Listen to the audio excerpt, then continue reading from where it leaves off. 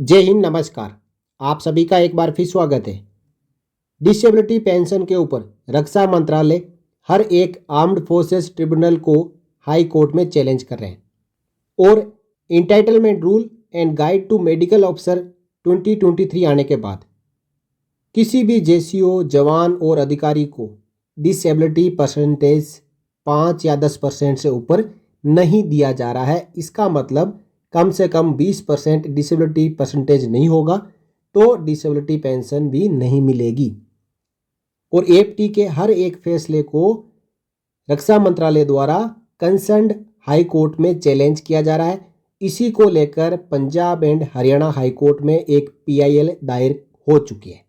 ये पीआईएल एक lieutenant colonel साहब ने की है और इस वीडियो के जरिए हम उस पूरे मामले को समझेंगे। ये पीआईएल 26 फरवरी 2024 को Punjab and Haryana high court में दायर हो चुकी है। इस वीडियो के जरिए मैं आपको पूरी खबर समझाऊंगा। Defence ministries move to challenge verdicts granting disability pension to military personnel comes under Punjab and Haryana high court scanner.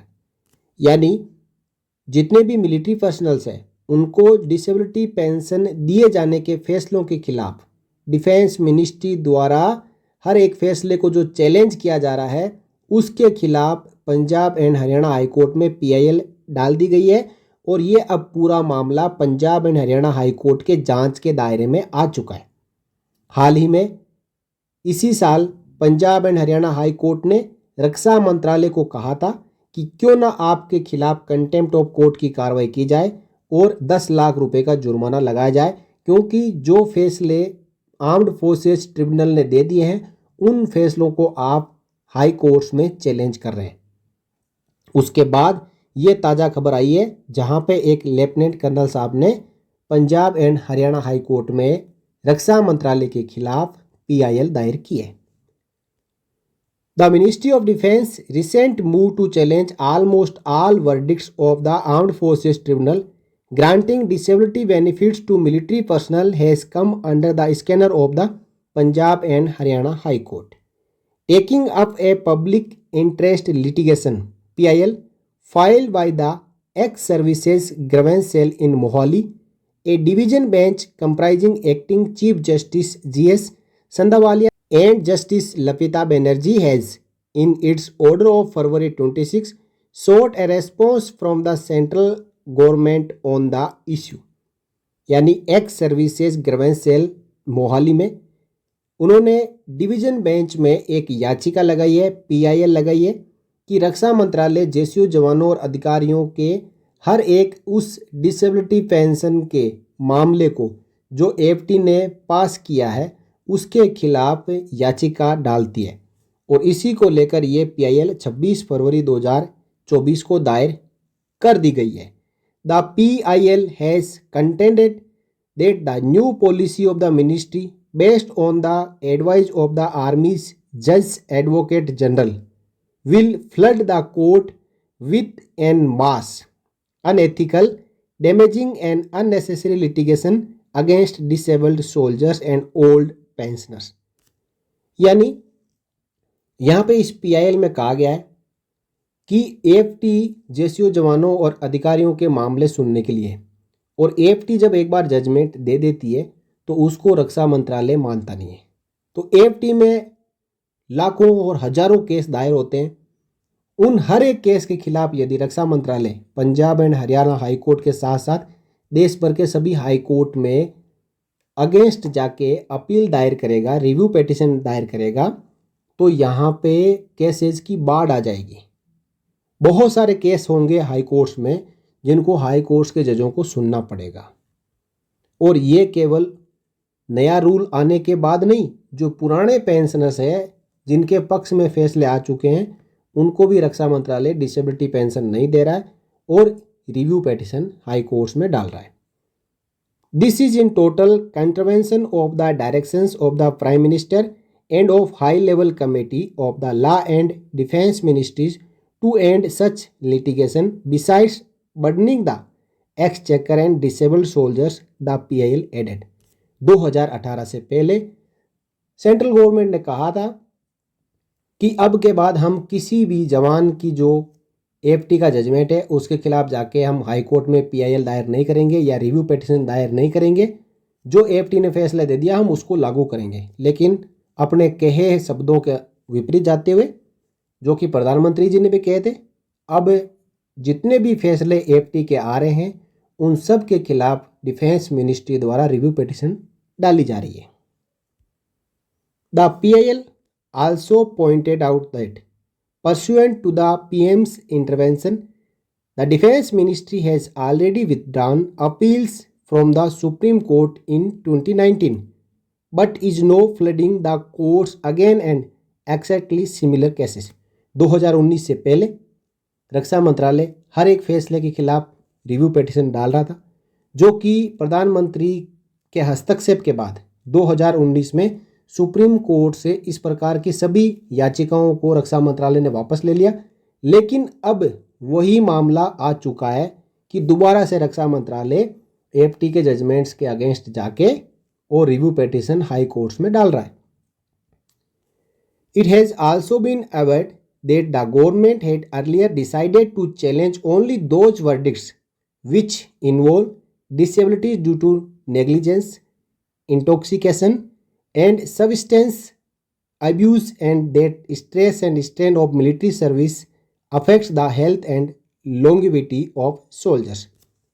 यानी उस समय 2019 में रक्षा मंत्रालय ने कहा था कि हम केवल जो इंटॉक्सिकेशन के और किसी की नेग्लिजेंसी की वजह से डिसेबिलिटी हुई है ऐसे ही फैसलों को चैलेंज करेंगे, बाकी एफटी के फैसलों को हम चैलेंज नहीं करेंगे। लेकिन अब कथनी और करनी में अंतर हो चुका है। रक्षा मंत्रालय इस बात को भूल चुका है और हर एक फैसले को चैलेंज किया जा रहा है।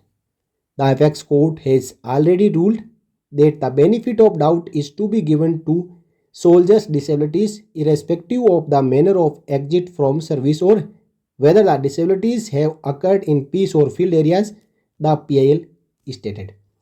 पीआईएल में सुप्रीम कोर्ट के उस जजमेंट के बारे में भी कहा गया है जहां सुप्रीम कोर्ट ने कहा कि सैनिक सेवा से कैसे भी डिस्चार्ज हो रहा हो, यदि उसको डिसेबिलिटी है, चाहे पीस में है चाहे फील्ड में है, तो उसको डिसेबिलिटी पेंशन 20% और 50% राउंड ऑफ करके दी जाएगी।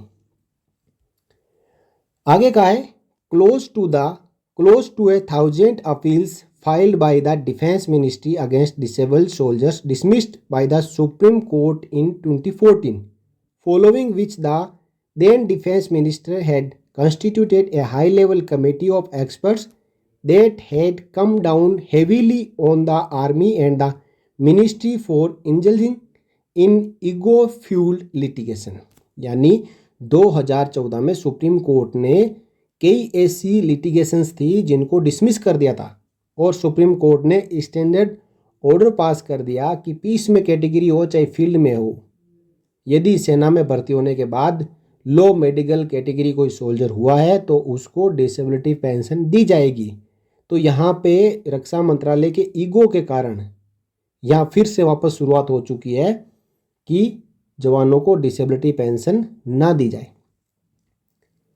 This was followed by a communication from the then Attorney General Mukul Rohatgi asking the Defense Ministry not to cause loss to the state and embarrassment to the government. The Supreme Court had thereafter passed strictures against the Defense Ministry for challenging settled pension matters, क्योंकि उस समय रक्षा मंत्रालय जिनको pension पहले से जारी हो चुकी है, जिनको डिसेबिलिटी पेंशन जारी हो चुकी है, ऐसे मामलों के खिलाफ भी लिटिगेशन डाल रहा था।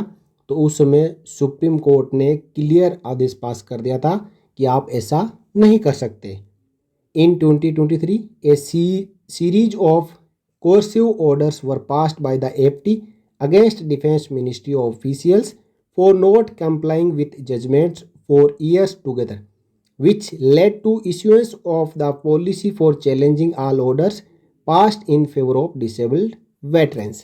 यानी 2023 में एफटी ने कई ऐसे जजमेंट दिए जो रक्षा मंत्रालय के खिलाफ थे।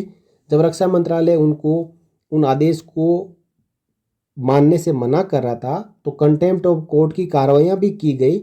इसके बाद रक्षा मंत्रालय ने 2023 में सितंबर 2023 में एक नई पॉलिसी जारी कर दी, entitlement rule and guide to medical officers. इसके बाद ऐसे ऐसे प्रावधान किए कि आगे किसी भी जेसीओ जवान और अधिकारी को डिसेबिलिटी पेंशन नहीं दी जा सकती।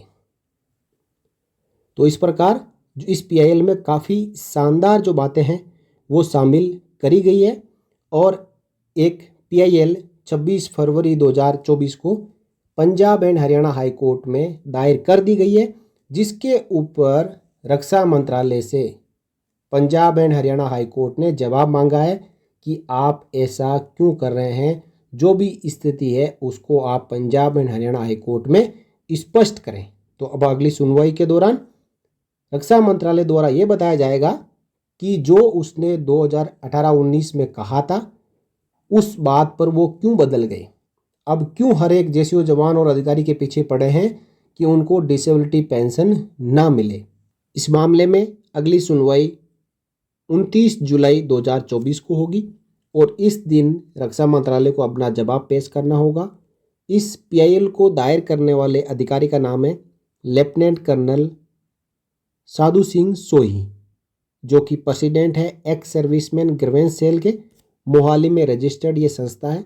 उन्होंने ये पीआईएल दायर की है और Punjab and Haryana high court से मांग की है कि इस प्रकार के जितने भी रिव्यू पिटिशंस डाले गए हैं रक्षा मंत्रालय द्वारा उनके ऊपर रोक लगाई जाए, नहीं तो हाई कोर्ट्स में इस प्रकार की रिव्यू पिटिशंस की बाढ़ आ जाएगी और यहाँ पे कई ऐसे रिव्यू पिटिशन डाले जाएंगे जो एफटी के जजमेंट को रोकने के लिए, उनके ऊपर स्टे ऑर्डर करने के लिए डिफेंस मिनिस्ट्री द्वारा दायर किए जाएंगे।